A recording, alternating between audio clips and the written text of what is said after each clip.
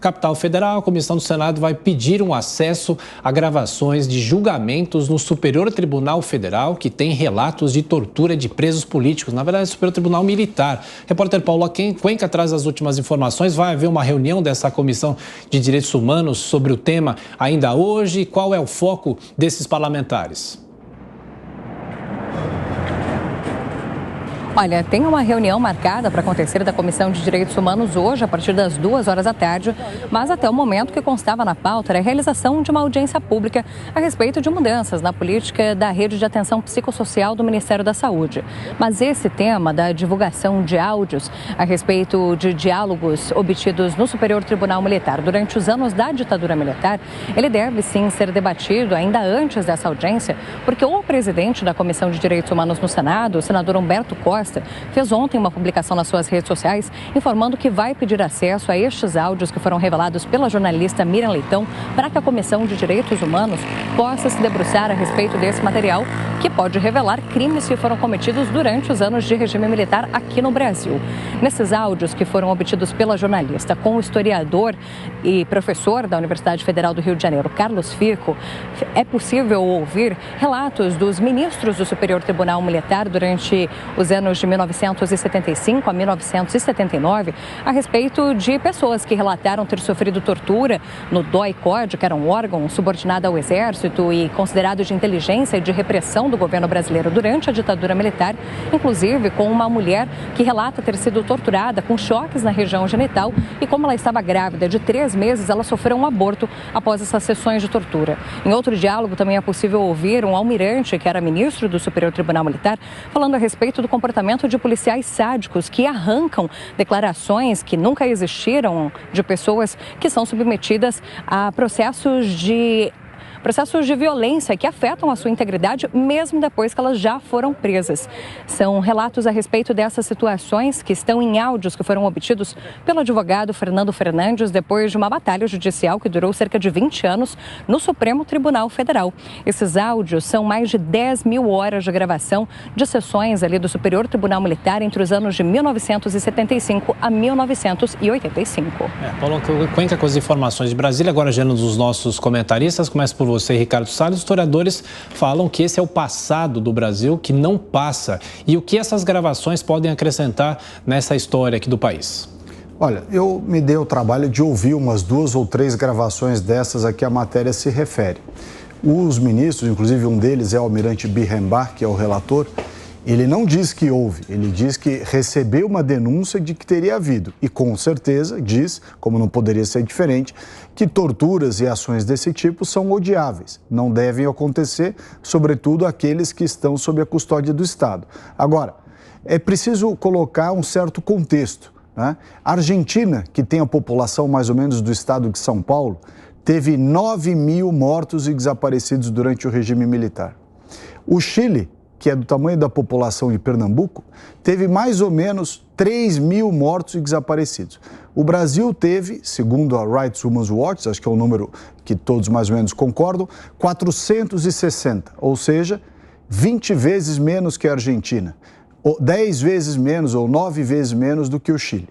O Brasil, dentre os 460 e pouco, houve muitos assassinatos chamados de justiciamentos. Quando é feito pela esquerda, eles chamam de justiciamento. Esses justiciamentos feitos pela esquerda, não só contra membros do governo militar ou apoiadores do governo militar, mas também entre si. Eles matavam os seus colegas quando achavam que os seus colegas os haviam traído. Portanto, a história tirada do seu contexto, permite interpretações muito diferentes daquelas que aconteceram naquele momento. Foi para isso que foi criada a Lei de Anistia. A Lei de Anistia anistiou militares e agentes da repressão? Sim, mas anistiou também os crimes cometidos pela esquerda, os assaltos a banco, os roubos, o sequestro, os assassinatos, que eles tentam romantizar chamando de justiciamento, não é? Então, ambos os lados foram anistiados pela lei da anistia. Ambos. Então, trazer esse assunto de volta parece que só serve a um lado da história, um lado da pauta. É preciso trazer, se quiser trazer, é preciso trazer também todos os crimes praticados pela esquerda durante o regime militar e tudo que eles pretenderam fazer com esses crimes que praticaram durante aquele período. Aí sim você pode cotejar informações de um lado e de outro. Mas não me parece que esse assunto, trazido à baila 40 anos depois, tenha utilidade para o momento político que o Brasil vive. Não me parece que esse assunto seja útil à população, senão para fazer campanha política. Olha, eu fico absolutamente chocada, impressionada mesmo com a capacidade de algumas pessoas de subestimarem, diminuírem a dor das pessoas que sofreram durante a ditadura militar. E dizer que mais de 460 mortos e desaparecidos não significa algo grave o suficiente. Significa, e pior, eu não disse isso. Não coloca a palavra na minha boca, não, Amanda. Você tem se feito de vítima em todos os programas. Não, mas não coloca a palavra na minha boca. Não coloca a palavra na minha boca, não. Você vive colocando palavras na minha boca, querido. Fica na sua aí. É o seguinte... Fica você na sua. Fica você não coloca a palavra da minha boca. Não vem se dar de vítima como você falou outro dia.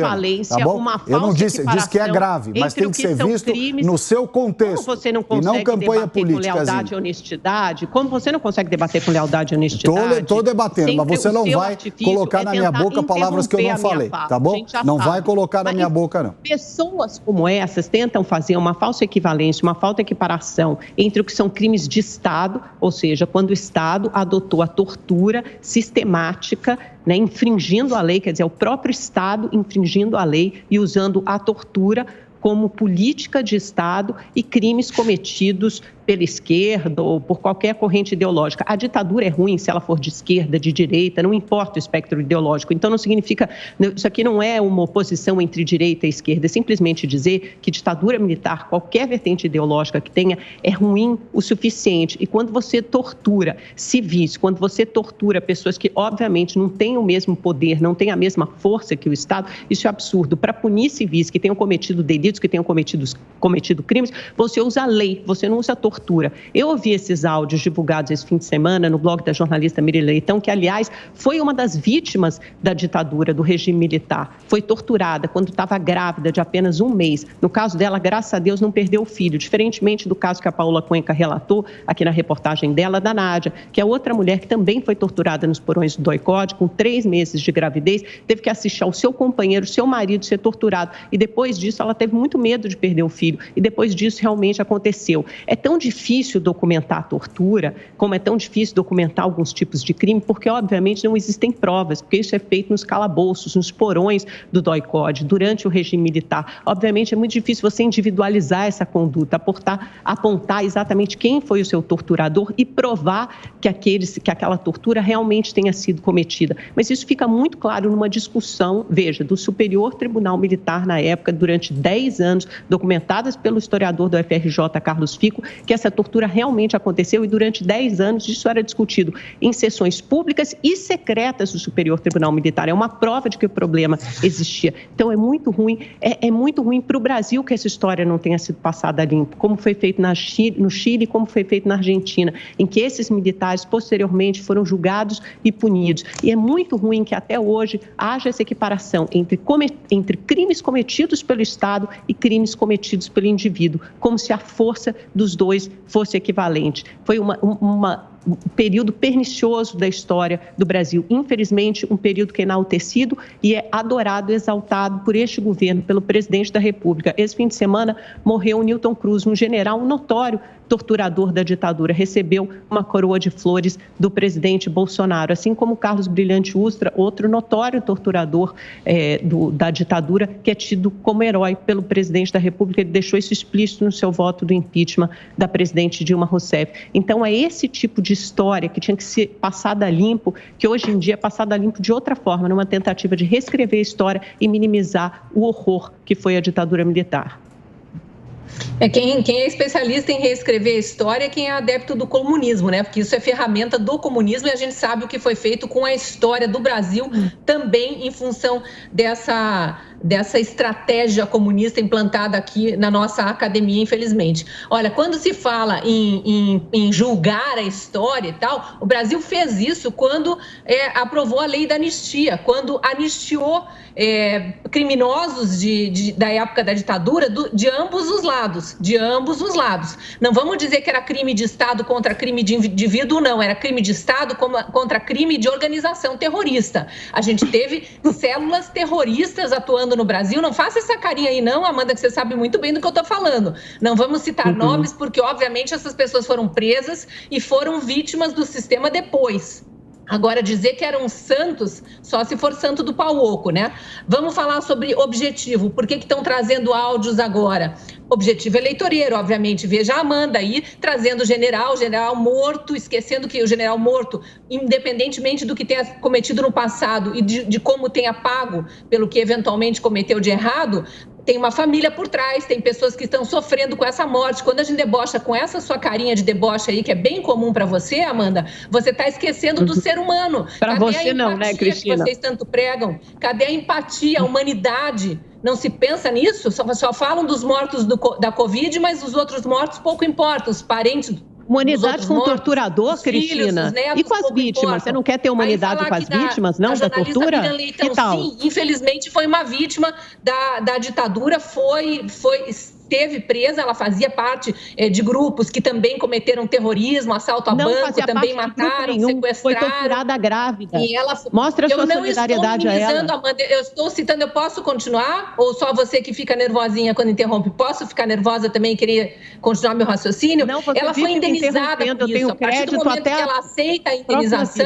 partir do momento que ela aceita a indenização, ela está reconhecendo que ela faz parte da lei da anistia, que ela está concordando que aquilo fique no passado e a partir de agora ela seja remunerada até a morte por ter sido vítima daquelas torturas que ela diz ter sido vítima e aparentemente, no caso dela, comprovadas, apesar de, nisso eu concordo com você, a dificuldade de se provar uma tortura sofrida, ainda mais tanto tempo depois.